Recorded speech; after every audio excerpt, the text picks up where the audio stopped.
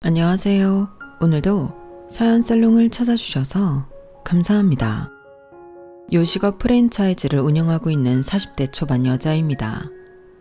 작은 레스토랑을 프랜차이즈 브랜드로 만들기까지 정말 우여곡절도 넘어야 할 장애물도 많았는데요.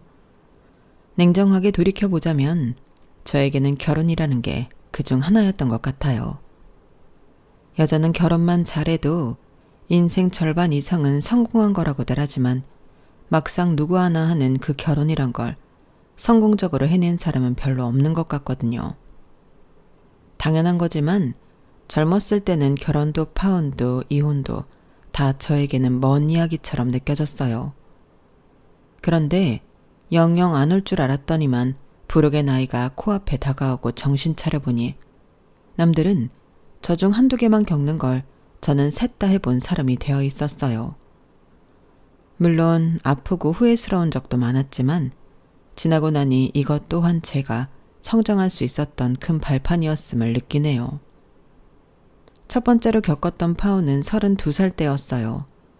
그땐 일에 미쳐있기는 했지만 주변 사람들과 부모님의 권유로 겨우 조건이 엇비슷한 사람들을 만나 선을 봤어요.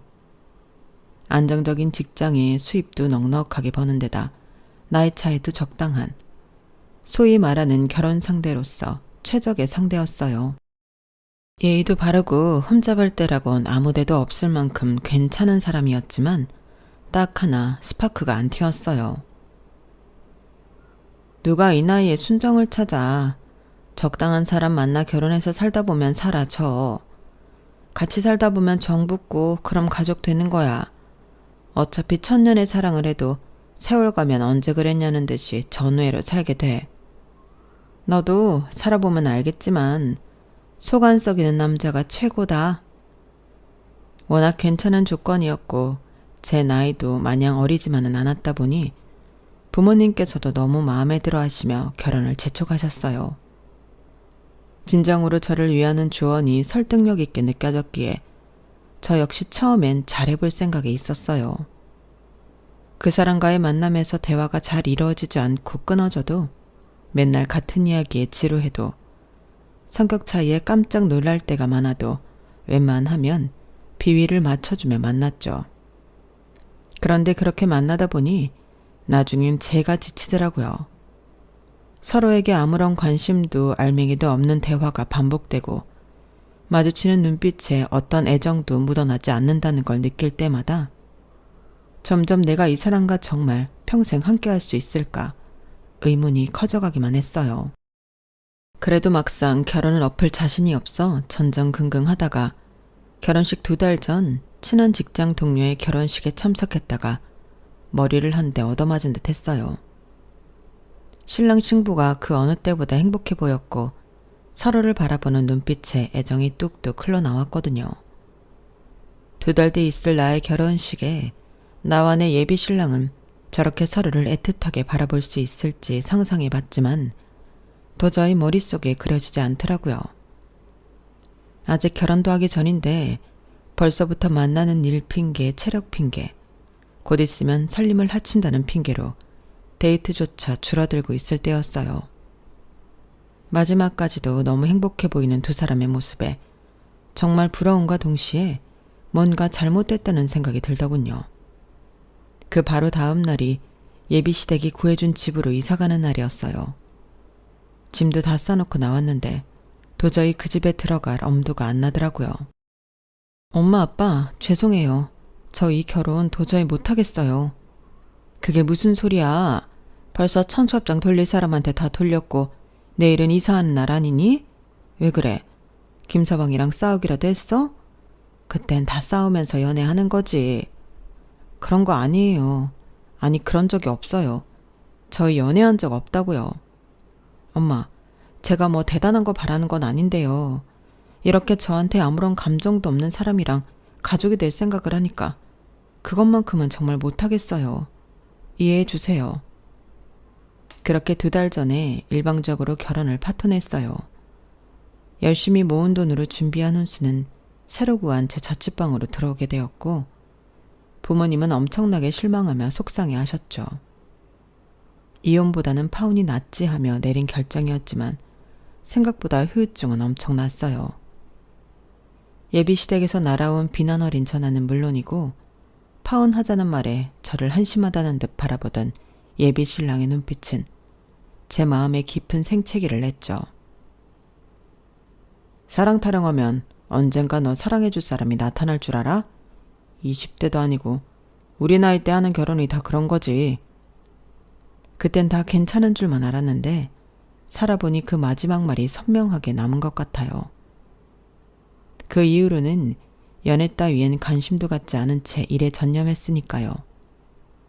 레스토랑 운영 체계를 확실히 잡고 메뉴 개발과 서비스 향상에 신경을 쏟다 보니 입소문을 타며 매체에 관심을 받게 됐어요. 그 다음부터는 일사천리였죠. 30대 중후반의 나이에 큰 성공을 거머쥐며 남들의 부러움을 한 몸에 사게 되었어요. 지아나, 너 정말 부럽다. 우리 나이의 여자들 거의 애 키운다고 일 끊기고 집에 박혀서 집안일만 하잖아. 나도 너처럼 성공한 CEO까진 아니더라도 남편 눈치 안 보고 내가 번 돈 마음껏 쓰면서 사는 게 소원이야. 에이, 무슨 그런 소리래. 그래도 사랑하는 딸도 있고 가정에 있는 게 얼마나 좋은 건데. 그렇긴 하지. 돈 많이 벌어도 외롭니? 나는 돈 많으면 안 외로울 것 같은데. 그런 게 어딨어. 돈으로 해결 안 되는 것 중 하나가 외로움이야. 주변 친구들은 다들 성공한 30대라는 타이틀 아래 화려해 보이는 제 모습을 부러워했지만 가끔은 오히려 친구들이 부럽더라고요. 아무리 돈이 많아도 좋은 곳에 가고 맛있는 음식을 먹을 때 이걸 함께 나눌 내 가족이 없다는 사실이 내심 쓸쓸하게 느껴졌거든요. 사업을 키우면서 주변에는 어떻게든 이득으로 얽히려는 사람들이 많아졌고 원래 알던 주변 사람들도 은근히 바라기만 하는 모습에 지쳐갔어요. 저를 있는 그대로 사람 대 사람으로 봐줄 반려자가 있었으면 좋겠다는 생각을 계속 하게 되더라고요. 그러던 어느 날 평소 친하게 지내던 직원 하나가 그러더군요. 대표님, 저희 사촌 오빠 친구 한번 소개받아 보실래요? 뭐? 이 나이에 무슨 소개야, 소개는 남사스럽게. 아이, 뭐 어때요? 사촌 오빠도 알게 된 지 얼마 안 된 친구인데 엄청 착하고 잘생겼대요. 그런 사람이 결혼은 안 하고 여태 뭐 했대? 그러게요. 그것까진 모르겠지만 아무튼 키 크고 카리스마 있고 자기 일 열심히 하는 사람이 이상형이라는데 딱 대표님 같아서요. 한 번만 만나보세요. 됐어. 이제 연애니 결혼이니 그런 건 지긋지긋하다니까. 그래도 한 번만 만나보세요. 저도 사진 봤는데 진짜 무슨 배우처럼 생겼다니까요. 만나보고 별로면 관두시면 되죠. 저보다 훨씬 직원의 집착 어린 권유에 못 이겨 딱 한 번 나가서 식사만 해보기로 한 자리였어요. 얼굴 뜯어먹고 살 것도 아니고 하물며 그런 사람이 날 좋아하긴 뭘 좋아하겠나 싶어 별다른 기대 없이 나갔어요. 처음 만난 순간 왜 그렇게 그 직원이 호들갑을 떨었는지 납득은 간다는 게 그 사람의 첫 인상이었어요. 안녕하세요. 말씀 전해 들었습니다. 장태훈이라고 해요. 키도 크고 체격도 좋고 잘 관리한 티가 나는 훤칠한 사람이더라고요. 첫 만남부터 미소를 잃지 않는 밝은 성격인 것도 호감을 사기 충분했죠. 저는 동네에 작은 커피집 운영하고 있어요. 작은 가게지만 감사하게도 자주 찾아주시는 단골분들이 많아서 꽤 오래 장사하고 있네요. 다음에 한번 놀러 오세요. 어머, 정말요? 저도 처음엔 돈넷 장사로 시작했어요. 단골 장사가 진짜 어려운 건데 잘하고 계신가 봐요. 프랜차이즈 운영하는 분께 그런 칭찬을 받다니 부끄럽네요. 잘하고 있는지는 모르겠지만 성실하게 하고 있습니다. 직업도 동종업계다 보니 말도 꽤 통하네요. 생각했던 것보다 만남이 너무 즐거워서 시간 가는 줄 모르겠더라고요. 그런데 딱 하나 마음에 걸리는 게 있었어요. 생각해보니 아직 나이를 못 들었네요. 나이가 어떻게 되세요? 아, 저는 32살입니다. 어머, 정말요? 저보다 어릴 거라고는 생각했지만 나이 차이가 꽤 많이 나네요. 보자마자 연하인 건 알았지만 관리하는 사람이라 동안일 거라고만 생각했어요. 기껏해야 4살 정도 차이 날 줄 알았는데 무려 7살 차이가 나더라고요. 살면서 한 번도 이렇게 나이 차이 나는 연애는 해본 적도 없고 요즘 세상에 남자 나이 32이면 결혼을 해도 빠르다는 소리를 듣는 나이인지라 갑자기 확 부담이 되더라고요.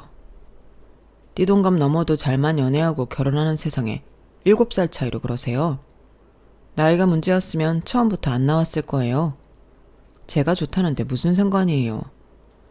나이 말고 다른 게 문제가 아니라면 저 한번 계속 만나봐 주세요. 고작 나이 때문인 거면 저는 지한 씨 더 만나보고 싶어요. 그 말에 저도 모르게 마음이 흔들렸어요.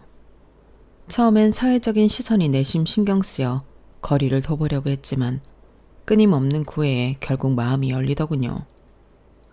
이 사람과의 연애는 전과는 달랐어요. 매일 진심 어린 말투로 저를 걱정하거나 위로해주고 애정어린 눈빛으로 저를 봐주었죠.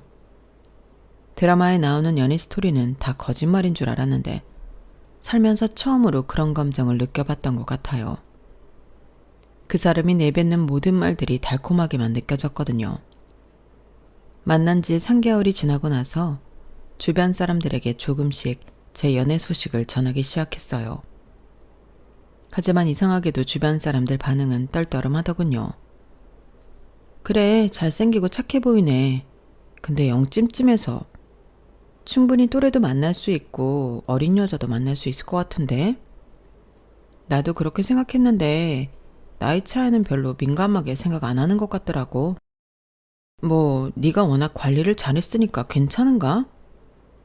주변 사람들은 말을 최대한 아꼈지만 그래도 그 말에 숨은 뜻이 느껴지더라고요. 저렇게 어린 사람이 널 왜 만나? 하는 느낌이요. 아기가 있다기보단 저를 걱정해서였겠지만 기분이 좋지만은 않더라고요.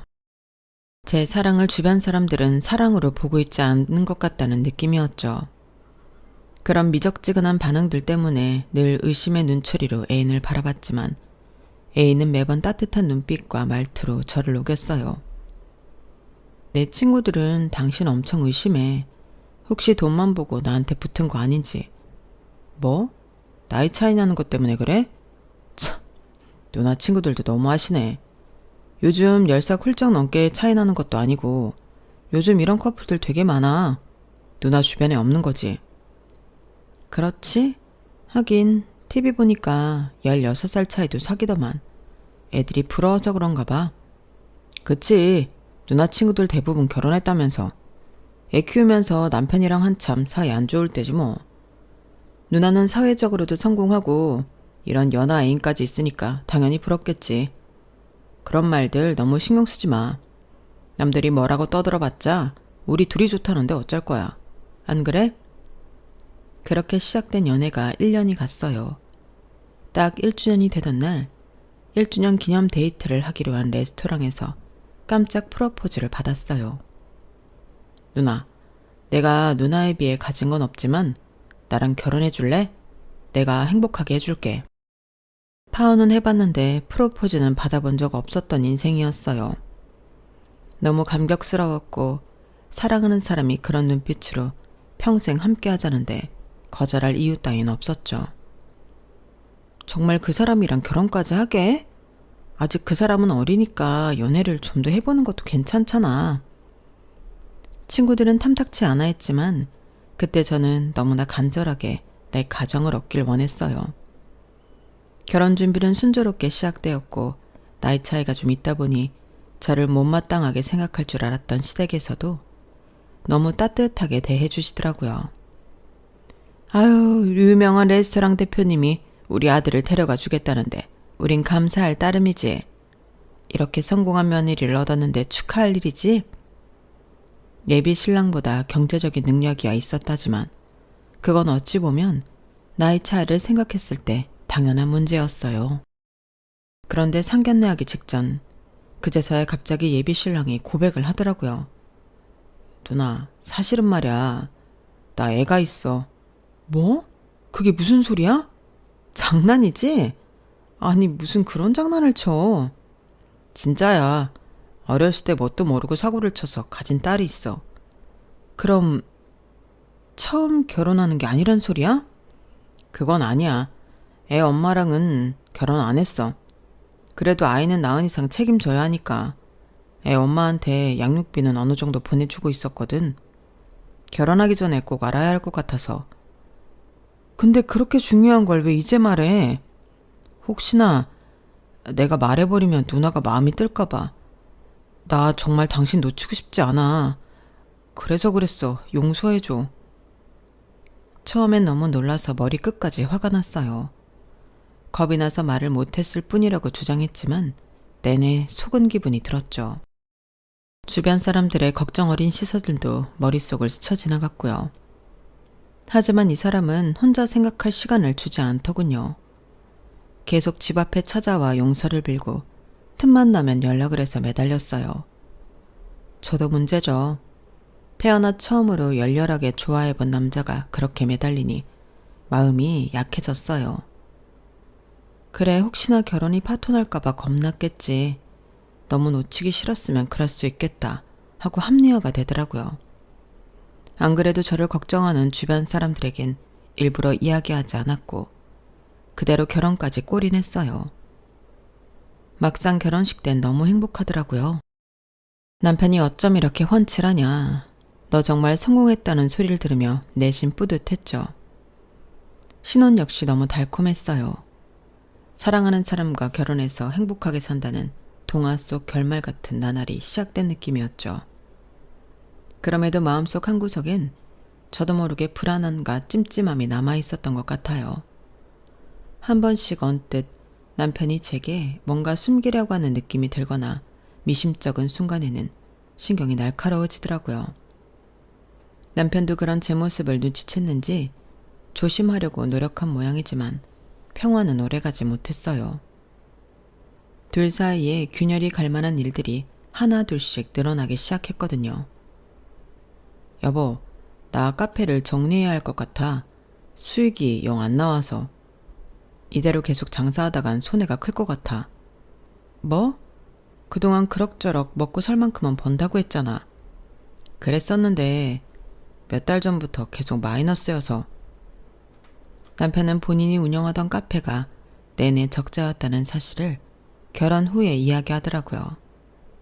그 이야기를 듣고 가게 상세 매출 내역을 보니 가관도 아니었어요. 정말 남편 말대로 하루라도 빨리 정리하는 게 나을 지경이었죠. 그래, 그럼 우선 정리하자. 최대한 빨리. 그럼 난 이제 어떻게 하지? 나 당신네 가게에서 일해도 돼? 그때 마침 새로 여는 점포가 있어 오픈 준비가 한창이었어요. 막판에 좀 적자긴 했어도 남편이 혼자 창업해서 가게를 운영해왔던 경력이 있으니 남편을 믿고 맡겨봐도 좋겠다는 생각이 들더군요. 알겠어. 이번 호점은 당신한테 한번 맡겨볼게. 대신 이건 내 가게다 생각하고 정말 열심히 살려봐. 상권도 좋고 유동인구도 많은 곳이라 기본적인 관리만 잘해도 매출은 괜찮게 나올 거야. 고마워 여보. 나 정말 잘할게. 그렇게 남편에게 그 지점 운영을 맡기게 되었어요. 주변 사람들은 그렇게 막 가게를 맡겨도 되냐고 걱정했지만 그때까지만 해도 큰 걱정은 없었어요. 남편의 커피집이 망한 이유는 남편의 운영 방식이 아니라 동네에 대형 프랜차이즈 커피점이 들어왔기 때문이라고만 생각했거든요. 여보, 혹시 내가 가게 안정화시킬 때까지만 양육비 좀 빌릴 수 있을까? 카페 수익이 안 좋아서 애기 엄마한테 계속 못 보내고 있었거든. 딸 걱정도 되고. 어머, 당연하지. 아무리 상황이 안 좋아도 보낼 건 보내야지. 얼마 정도 보내고 있었는데? 한 달에 200씩은 보내고 있었거든. 참 염치 없는 부탁이지만 나한테 보내주면 내가 애 엄마한테 잘 전달하고 다 적어놨다가 가게 잘 되면 꼭 다 갚을게. 가게 운영이나 잘해줘. 운영 잘 되면 당신이 직접 양육비 보내고. 고마워 진짜. 내가 다른 건 몰라도 와이프 복은 있나 보다. 이렇게 천사 같은 와이프라니. 양육비 같은 건 당신이 화를 내도 할 말 없는 상황이었는데 내가 앞으로 더 잘할게. 사랑해 여보. 솔직히 남편이 결혼 전 만든 자식의 양육비를 대신 내달라고 하는 게 제 입장에서도 반길 일은 아니었던 건 맞아요. 하지만 남편의 과거 철없는 실수로 인해 어렵고 혼자 육아를 하고 있을 여자와 태어난 딸아이가 살아가기 힘든 상황에 처해 있는 걸 같은 여자로서 외면하고 싶진 않더라고요. 이제 결혼했으니 남편의 일은 제 일이기도 하고 괜히 양육비 안 줬다가 그쪽이랑 제가 직접 접촉을 해야 하거나 원수되고 싶은 생각도 전혀 없었기 때문에 그 일은 그 정도로 정리를 했어요. 남편은 고마웠는지 제게 더 잘하더군요. 그때까지만 해도 사이가 참 괜찮았어요. 한 번은 결혼 1주년 선물로 남편에게 뭘 해줄까 고민하다가 평소 남편이 엄청 갖고 싶어 하던 고급 브랜드의 빈티지 시계를 선물했어요. 여보, 세상에 내가 이거 가진 사람들 얼마나 부러워했는데 덕분에 차보네. 정말 고마워. 나는 별로 준비 못했는데. 괜찮아. 나는 당신한테 받은 꽃다발만으로도 충분히 행복해. 무리해서 비싼 선물 살 필요 없어. 선물은 마음이 중요한 거잖아.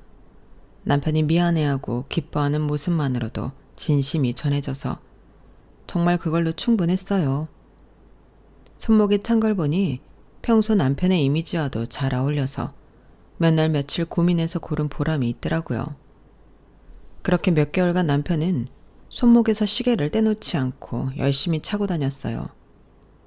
빈티지라 값이 좀 나가는 선물이긴 했지만 그렇게 좋아해주니 참 선물 줄 맛이 난다 싶었죠. 그런데 어느 순간 문득 남편의 손목에서 시계가 보이지 않더라고요. 여보, 요즘은 왜 시계 안 차고 다녀? 어? 아, 그러게 깜빡했다. 다시 차고 다녀야지. 아, 눈에 띄게 당황하면서 주춤거리는 남편을 보고 뭔가 이상한 기분이 들더군요. 어디다 뒀는데? 말 나온 김에 차고 나가자. 그럴까? 그래, 뭐. 액세서리함을 뒤지던 남편이 갑자기 놀란 듯 서둘러 이곳저곳을 왔다 갔다 하더라고요. 왜? 잃어버렸어? 아니, 잃어버리긴. 내가 설마 그 소중한 걸 잃어버렸겠어?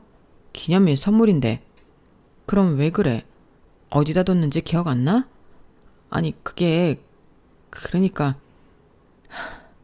사실은 내가 도둑을 맞은 것 같아. 뭐라고? 도둑을 맞았다고? 집안일 도와주시는 이모님 있잖아. 그분 남편이 얼마 전에 이모님 데리러 오는 걸 봤는데 손목에 내 시계랑 똑같은 걸 차고 있더라고. 처음에는 열심히 벌어서 사신 거겠지 싶었는데 나중에 보니까 내 시계가 없는 거야. 이게 우연이라고 생각해? 그게 무슨 소리야. 그 이모님이 나랑 몇 년 된 인연인데 이때까지 그런 적도 없고 그러실 분도 아니셔. 잃어버려 놓고 괜히 생사람 잡지 마. 그럼 내가 거짓말을 친다는 거야? 당신은 어떻게 가족인 나보다 그분을 더 믿어? 나도 당연히 이모님 믿고 싶었지. 그러니까 여태까지 끙끙 앓고 당신한테 말도 못했던 건데 당신이 이렇게 나올까 봐. 그래도 설마 했는데 정말로 이모님 편만 들 줄은 몰랐어. 난 당신 말이면 뭐든 믿는데 서운하다 정말. 처음엔 이모님이 절대 그럴 리 없다고 생각해서 이모님 편을 들었지만 남편의 말에 흔들리더라고요. 남편이 그 시계를 얼마나 갖고 싶어 했고 소중해 했는지 알았기 때문에 굳이 그런 이상한 거짓말을 쳐서 얻을 게 없다는 생각이 들었어요. 그러다 보니 저도 모르게 이모님을 의심하게 되더군요. 한번 의심의 눈으로 바라보기 시작하니 끝도 없었어요. 결국에는 찜찜한 마음에 이모님과의 연을 끝내고 새로운 이모님과 계약을 하게 됐죠.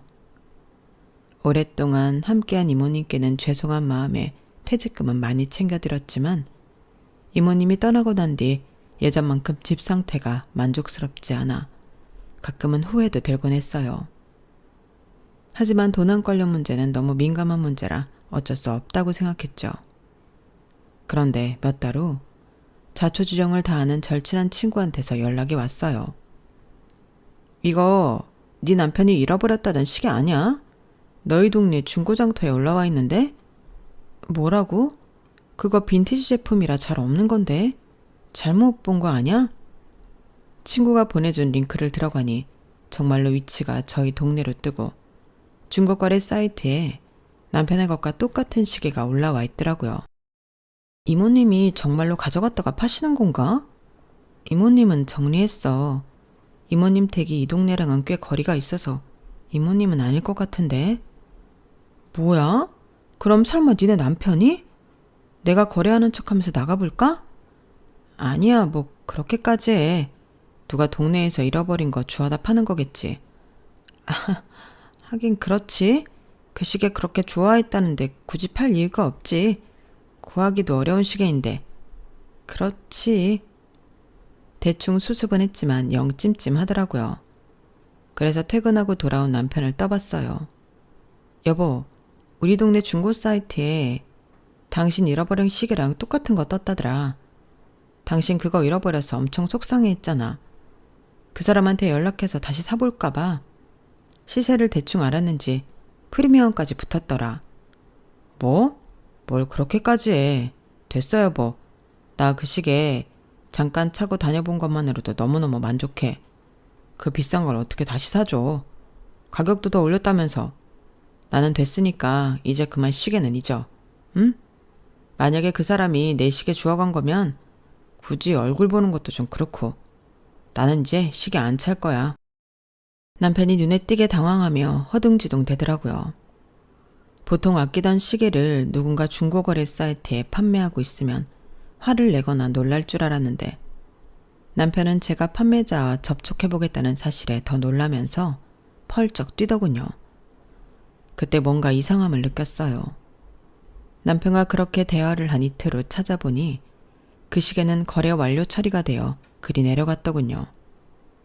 어쩌면 정말 남편이 절친 저작극일 수도 있겠다는 생각이 들었지만 설마 남편이 자신의 위기를 넘기기 위해 다른 사람에게 뒤집어 씌우는 사람일까? 의심하고 싶지 않다는 생각에 넘어갔죠. 그런데 한 번은 남편이 운영하고 있던 4호점에 보내놓았던 친한 직원 한 명에게서 연락이 왔어요. 대표님, 제가 다른 뜻은 아니고요. 지난번에 가게에서 점장님께서 이상한 말씀을 하시는 걸 들어가지고. 뭔데? 정장님 친구분들이 놀러와서 점장님도 가게 보시다가 같이 한잔 하셨는데 가게가 좋다. 이런 곳 대표를 잡다니 성공했다. 이런 농담을 막 하시더라고요. 거기까지는 남자들끼리 띄워주기 식으로 농담하는 거라고 생각했는데 직원에게 전해들은 이야기는 꽤 충격적이었어요. 몇 년 있으면 다 내 거지 뭐 하시더라고요. 농담조로 하시긴 했지만 뭔가 조금 그래서 이런 말씀 드리기 좀 뭐하지만 조심하세요. 잘릴 각오로 말씀드려요. 무슨 소리야. 너처럼 일 잘하는 직원을 왜 잘라. 아무튼 전해줘서 고마워. 남자들끼리 술 취하고 가는 농담이라지만 지나치긴 했네. 내가 남편 단속 잘못했다. 나한테 말하기까지 고민 많았을 텐데. 고마워. 불안해하는 직원을 대충 다독였지만 제 마음이 오히려 불안하더라고요. 제가 없는 자리에서 나온 제 이야기가 남편의 진심에 가깝지 않을까 하는 생각이 저를 계속 괴롭혔어요. 하지만 남편은 돌아서서 저에겐 한없이 자상한 남편이었어요. 제게 늘 최선을 다하는 모습을 보면서 그 불안감을 없애려고 노력했죠. 하지만 남편의 기행은 거기서 끝나지 않았어요. 어느 날 갑자기 모르는 번호로 전화가 오기 시작하길래 안 받았는데 하루는 연달아 전화가 오더라고요. 뭔가 있다 싶어 전화를 받았더니 제 또래의 웬 여자에게서 걸려온 전화였어요. 안녕하세요. 강지한 씨 번호 맞으시죠? 네, 그런데요. 누구세요? 저 장태윤 씨 애기 엄마예요. 지금 오빠랑 결혼해서 사시는 분 맞으시죠? 아, 저한테는 무슨 일로? 순간 등줄기가 선을 하더라고요. 다름이 아니라 오빠가 연락이 안 돼서요. 양육비를 꼬박꼬박 보내주기로 했는데 어느 순간부터 적게 보내주더니 이젠 안 보내고 잠수를 타더라고요. 혹시 지한 씨가 보내지 말라고 시켰나 해서. 지한 씨는 성공한 CEO라 그 돈이 별거 아니겠지만 저랑 제 딸한테는 큰 돈이거든요. 남편 과거가 부끄럽고 싫으시겠지만 저랑 제 딸도 사정 좀 봐주세요. 그게 무슨 말씀인지. 보내지 말라고 한 적 없어요. 그리고 오히려 그 돈은 제 돈으로 보내고 있었는데 그동안 돈을 못 받았다는 말씀이세요? 네? 네, 받은 적이 없는데 몇 달째 연락도 안 되고요. 남편이랑 이야기해보고 남편 통해 전달할게요. 통화를 오래 주고받을 사이는 아니니 그렇게 통화를 끝냈어요. 그동안 어렴풋이 알고만 있었던 존재와 직접 통화를 하게 될 줄은 꿈에도 몰랐기에 기분이 무척 싱숭생숭하더군요. 게다가 상황을 이 지경까지 맞는 남편이 이해되지 않았어요. 여보, 내가 주는 양육비 애 엄마한테 잘 보내주고 있어? 어? 아, 당연하지. 근데 갑자기 그건 왜? 당신은 그쪽 신경 쓰지 말라니까. 애 엄마한테 전화 왔어. 당신의 연락 끊고 양육비 안 보낸 지 몇 달째라고. 어떻게 된 거야? 뭐라고? 아니, 그 여자가 요새 돈이 부족한가? 무슨 헛소리를 해. 그것보다 당신 번호는 어떻게 알았대? 당장 차단해. 아니, 됐고 그 돈 어쨌냐고. 왜 말을 피해? 어쩌긴 뭘 어째. 꼬박꼬박 보내줬다니까. 그 여자가 거짓말 치는 거야. 당신 돈 많은 거 알고 어떻게 더 뜯어볼 수 없는지 접근한 거라고. 둘이 연락해서 좋을 거 없잖아. 번호 바꿔. 당신한테 양육비 받는 것도 미안해 죽겠는데 그 여자 전화까지 받게 할 순 없어. 그 말 믿어도 돼? 당신 나 못 믿어? 내가 돈이 없는 것도 아니고 내 가게 잘 운영하고 있는데 그 돈을 안 보낼 이유가 없잖아. 내 딸도 있는데. 남편이 하도 펄쩍 뛰면서 번호부터 차단하려고 하길래 더 이상 묻지도 못하고 끝났어요. 하지만 그날 일은 계속 제 마음속 한구석 의심을 키워냈죠. 대표님, 4호점 인테리어가 좀 이상한데요? 대표님이 허락하신 거예요? 리뉴얼한다는 이야기 못 들었는데. 하루는 저희 직원이 와서 4호점 리뷰를 들이밀길래 봤더니 언제 한 건지 갑자기 4호점 전체적인 분위기가 바뀌어 있더라고요. 메뉴판도 본사에서 정해준 디자인이 아닌 다른 걸로 바뀌어 있고 깔끔했던 가게 안에 이것저것 걸어 번잡한 분위기가 되어 있었어요. 여보, 대체 이게 뭐야? 우리 회사 이름 걸고 하는 건데 이렇게 다르게 하면 어떡해? 우리 브랜드 이미지가 바뀌어버리잖아. 1호점부터 3호점까지 다 같은 느낌인데 4호점 하나 정도는 색다른 느낌이어도 괜찮지 않아? 특별한 컨셉 하나 있으면 좋잖아. 그건 당신 생각이고 그런 아이디어는 본사 회의 때나 이야기하고 의견이 수렴되면 반응하는 거지. 점장 혼자 이렇게 독단적으로 하면 어떡해. 아무리 당신이 내 남편이라지만. 당신 허락만 받으면 되는 거 아니야? 나 믿고 좀 맡겨줘. 매출 올릴게. 자신 있다니까. 오늘부터 후기 모니터링 꼼꼼하게 할 거니까 반응 안 좋으면 다시 원래대로 돌려놓는 거야. 알겠지? 알겠어. 그때쯤엔 정말 이런저런 일을 일으키는 남편 때문에 골이 띵할 정도로 골치가 아팠어요. 그래서인지 목이 자꾸 쉬고 불편하더라고요. 처음에는 컨디션과 스트레스 조절이 잘 안 돼서 그런 줄 알았는데 점점 일물감이 느껴지길래 병원에 갔어요. 가벼운 마음으로 간 거였는데 결과는 충격적이었죠. 갑상선암입니다. 다행히 조기 발견이라 수술로 간단히 치료가 가능한 정도니까 안심하세요. 아무리 일찍 발견했고 완치 가능하다고 해도 암은 암인지라 하루 종일 울적하고 슬프더라고요. 그런데 사람 마음이 어찌나 간사한지 갑자기 그런 생각이 들더라고요. 내가 암에 걸렸다고 하면 남편이 과연 어떤 반응을 할지요. 그래서 일부러 조기 발견된 암이니 완치율 높은 갑상선 암이니 하는 말은 쏙 빼고 남편에게 말했어요. 여보, 나 최근에 몸이 안 좋아서 건강검진을 받았는데 암이래. 나 어떡해? 뭐? 암이라고? 정말이야? 수술해야 하는데 늦게 발견해서 완치율이 높지 않나 봐. 세상에, 여보 어떡해. 정말 기분이 상했던 건 어떡하냐고 묻는 남편의 얼굴이 너무 기뻐 보였던 거였어요. 그런데 그 다음 말은 더 가관이었죠. 우리 결혼할 때 가입했던 보험이 어딨더라? 뭐라고? 당신 지금 내가 죽을지도 모른다는데 보험 얘기부터 하는 거야? 아니, 당신이 아픈 건 너무 마음 아프지만 완치율이 높지 않다면 미래도 생각을 해야지. 보험도 그렇고 나 혼자 남아서 이 회사도 돌봐야 하고 할 일이 많아지잖아. 내가 죽는다는데 슬퍼하긴커녕 내 몸 상태보다 그런 게 걱정되니? 어? 그게 아니라 너 지금 내가 무슨 암인지 안 물어봤어, 이 나쁜 놈아. 여보, 잠시만. 오해가 있었나 본데. 여보. 저를 쫓아 황급히 따라오는 남편 앞에서 방문을 닫고 잠궈버렸어요. 여보, 무슨 암인데 그래. 미안해, 내가. 남편이 아무리 용서를 구해도 암에 걸렸다는 소식에 자기도 모르게 한바구음을 지으며 보험 서류를 찾던 그 모습은 평생 뇌에 각인되어 버렸죠. 그제서야 알겠더라고요. 저 남자 어딘가 쎄하다며 저를 뜯어 말리던 주변 사람들, 그리고 그동안 어딘가 수상했던 남편의 구린 구석들까지요. 그래서 이제껏 외면하며 살아왔던 그 뒤를 철저히 밟아보기로 했어요. 우선 이모님께 연락을 들어 그때의 상황을 자세히 들었어요. 이모님께선 억울함에 눈물까지 보이시더라고요. 그 눈물이 왜 그땐 안 보였는지, 너무 죄송한 마음에 다시 일해주실 수 있는지 여쭤보고 끝내 거부하시던 사례금도 두둑히 챙겨드렸어요. 애 엄마한테도 연락해서 자초지종을 물어보니 통장 입금 내역까지 보내주더군요.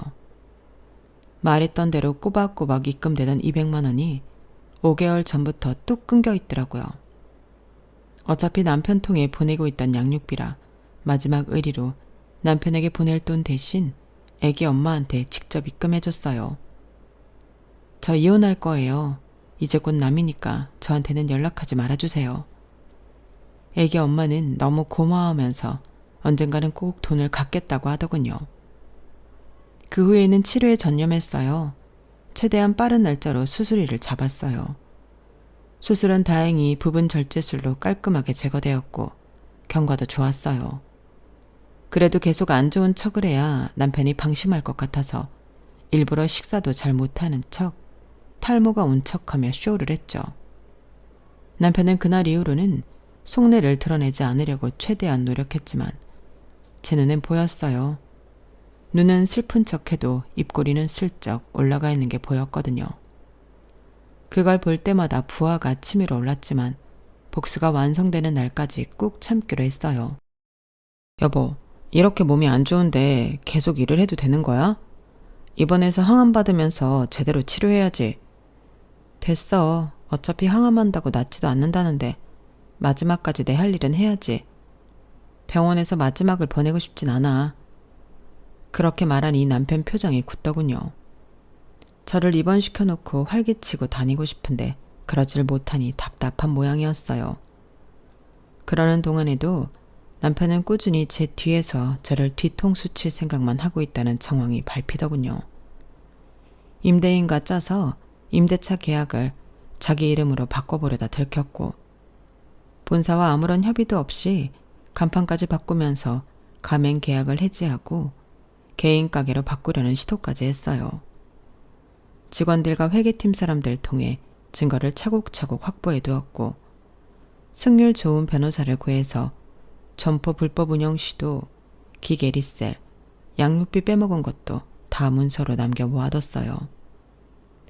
점포 브랜드 상표권과 가맹계약 구조를 철저히 재정비해서 남편이 허튼 짓 못하도록 조치를 취했죠. 직원들에게는 점포를 불법으로 변경하려고 했다는 사실을 소문으로 흘려 남편은 회사 내에서 사기꾼 점주라는 이미지가 됐어요. 시간이 흘러 몸 상태 경과를 지켜본 의사는 제게 완치 판정을 내려주었고, 완치 판정서를 들고 남편에게 갔죠. 여보, 나 이제 안 죽어. 당신 덕분에 이 나이에도 인생을 배우네. 나도 할 만큼 했으니 이제 그만 이혼하자. 뭐라고? 여보, 그런 게 어딨어. 완치된 거면 나랑 행복하게 살 생각을 해야지. 네가 나 일찍 죽을 줄 알고 뒤에서 구린 짓 한 거 증거로 다 잡아놨어. 좋은 말로 할 때 고분고분 이혼하지 않으면 나 이거 다 터뜨리고 당신한테 소송 걸 거야. 그래도 돼? 약점들을 가지고 협박하니 남편은 겁을 먹었는지 순순히 이혼에 응해줬어요. 이혼을 해도 재산 분할 때문에 본인이 크게 손해볼 건 없다고 생각하는 것도 같았어요. 하지만 남편은 몰랐겠죠. 그 부분 또한 제가 철저히 알아보고 준비해놨다는 사실을요. 여보, 어떻게 이렇게 나한테 떨어지는 게 없어? 내가 그동안 얼마나 당신 밑에서 열심히 일했는데. 네가 일했으면 얼마나 일했다고 난리야. 미안하지만 우리 혼인기간은 고작 1년 반. 당신 기여도는 0. 이 회사 다 내가 만든 거고 내 가게야. 당신이 가져갈 건 없어. 그렇게 남편은 마지막까지 제게 비참한 모습만 보여주며 이혼을 하게 됐어요. 그동안 이런 사람을 평생 함께할 반려자라고 생각하고 진심으로 저를 사랑한다고 생각했던 게 우습게 느껴지더라고요. 그 어떤 때보다 사랑이 필요했던 시기에 제 앞에 나타나 거짓사랑으로 저를 깜빡 속여 제가 이뤄낸 것들을 조금씩 빼돌릴 생각을 한 남편을 절대 용서할 수 없었어요. 결혼 후에는 그동안 남편이 했던 일들에 대한 모든 것을 안고 가고 싶었지만 이렇게 된 이상 법적 절차를 진행했고 소송 결과는 전부 승소였어요. 남편은 제게 받아간 양육비를 전부 돌려줘야 했고 점포를 빼돌리려고 한 죄를 달게 받아야 했죠. 여보, 이런 게 어딨어. 순순히 이혼하면 다 없던 일로 해준다며. 그렇게 오랜 기간 날 속였던 사람이 그 말에 속아? 이혼한다고 당신이 했던 일이 없던 일이 되니? 그러게, 누가 사람을 그렇게 진심으로 속이래? 자업자득이야. 당신도 돌려받을 건 돌려받아야지. 그렇게 이혼한 지 1년쯤 지났을 때 갑자기 통장에 200만 원이 입금되었더라고요. 어디선가 본 적 있는 듯한 낯익은 이름에 기억을 더듬어 보니 예전에 제가 양육비를 입금해줬던 애기 엄마의 이름이었어요. 연락을 하지 말라고 했던 부탁대로 계좌번호만 기억해놨다가 정말로 돈을 갚았더라고요. 고맙다는 인사 한마디 없는 입금 내역이었지만 그 뿌듯함은 말로 표현할 수가 없더군요. 지금 저는 다시 혼자가 됐지만 항상 제 집안일을 봐주시던 이모님과 누구보다 저를 생각해주는 직원들과 주변 사람들의 도움으로 예전처럼 외롭지만은 않아요. 여러분들도 가끔 외롭다고 느껴지실 때면 주변을 둘러보세요. 생각보다 내 주변에는 외로움을 느끼지 않아도 될 정도로 나를 생각해주는 사람이 많다는 걸 느끼게 되실 거예요. 제 이야기는 여기까지입니다. 더 행복하게 잘 살아보겠습니다. 여러분들의 오늘도 복 가득하시길 바라며 들어주셔서 고맙습니다. 여러분, 사연 댓글에 응원과 현명한 조언 부탁드려요. 좋아요와 구독은 저에게 큰 힘이 됩니다. 오늘도 좋은 일 가득하세요.